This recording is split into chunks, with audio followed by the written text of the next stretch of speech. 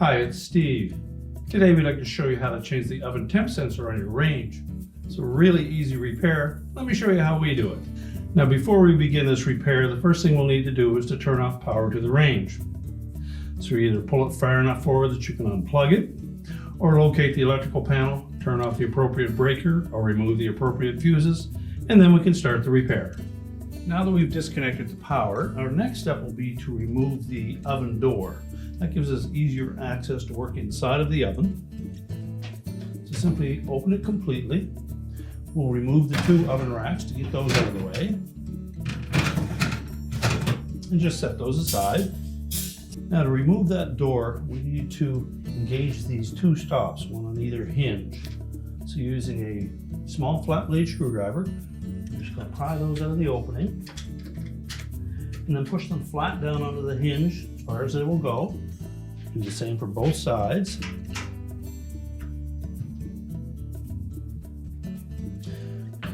Once those are in position, we'll simply close that door up until it meets those stops.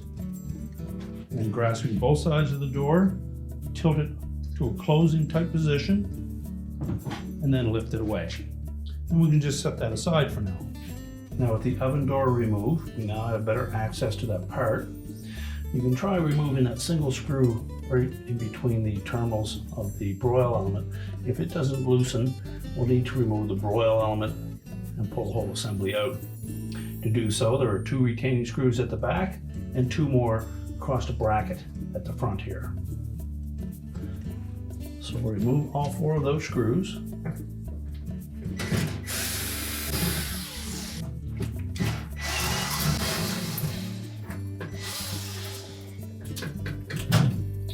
You can just let that broil element and temp sensor assembly hang there, and then we'll go to the back of the range to detach the wire terminals.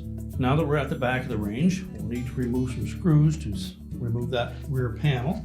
We'll start on the bottom. Typically 3 screws across the bottom, and then you'll find one on each side that will need to be removed as well.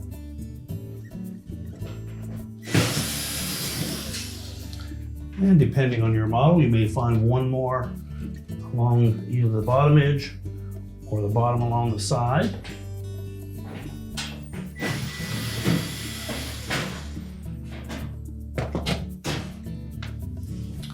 And there are 2 hooks up at the top that will secure that panel with the screws removed, so we simply need to lift up slightly on it.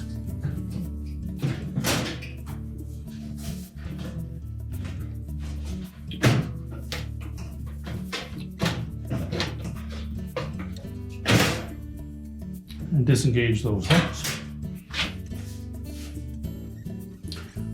One on either side. They fit into these 2 slots. So we'll just set that aside. Now we have access to the wires that attach to the broil element and the harness connector for the temp sensor.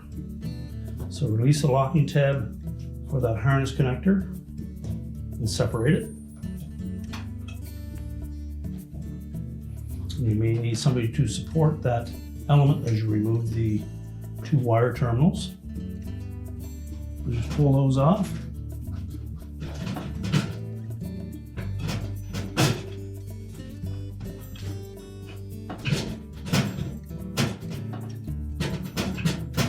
If you find they're on there quite tight, you may need to use a pair of needle nose pliers.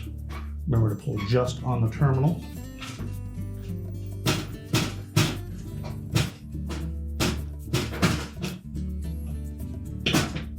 And then we'll go back to the oven and we'll pull that whole assembly out through the back wall. And then we can change out the temp sensor. So then we'll just pull that whole assembly out through.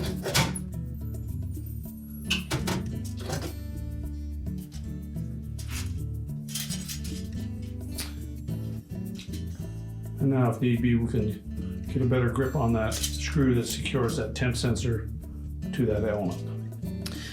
Now we've determined that that screw is seized in there pretty tight, so we're going to take a pair of locking pliers and we'll go fairly close to the end of the threads on the back side of that screw. So we don't damage them too much, and then try to loosen it that way.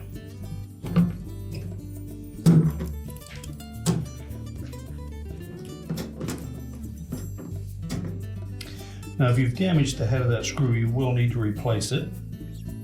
So next, we'll just pull that old temp sensor out through that opening and discard it. Slide the new one through that opening. Line up the screw hole on the top. And then we'll reinstall that retaining screw.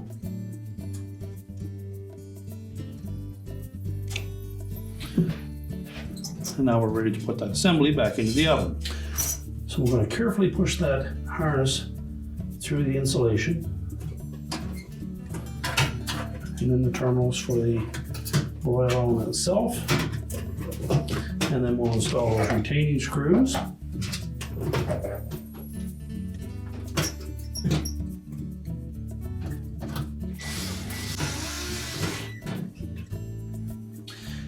And then the screws for the support bracket on the front.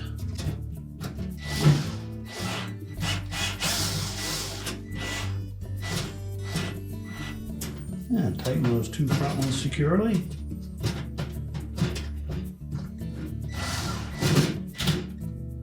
And then we'll go to the back of the range again. Now, with the Broil element firmly mounted onto the ceiling of the oven, we're ready to reconnect that temp sensor harness.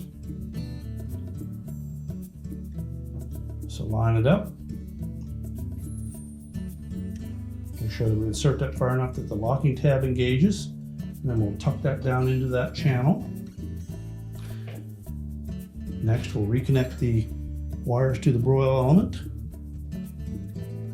Make sure they go on nice and snug. And if they're a little bit loose, use your needle nose pliers and crimp them slightly. It's important that we have a good tight connection. And now we're ready to put the back panel on. Now, when reinstalling that back panel, we want to make sure that we line up those hooks with the slotted openings up close to the top.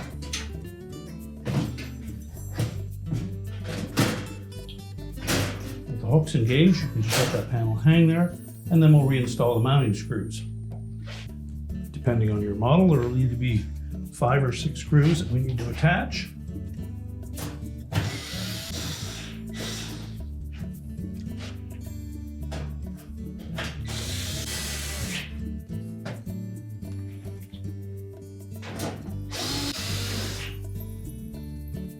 And now we're ready to push the range back into place. So we'll begin by putting both racks back in.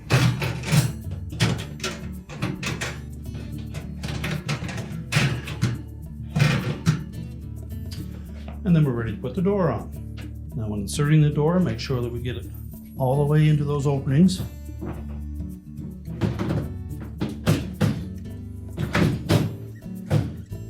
Tilt it up so there's 4 or 5 inches of opening at the top to make sure that we've got it pushed firmly into place. Then lower it, and you should be able to lower it to a flat position. If you can, you simply need to push those stops back up into the openings in the oven liner. Close up the door, make sure it closes all the way, and then finish pushing the range into place. We're now ready to push the range back into place, reconnect the power, and your repair is complete.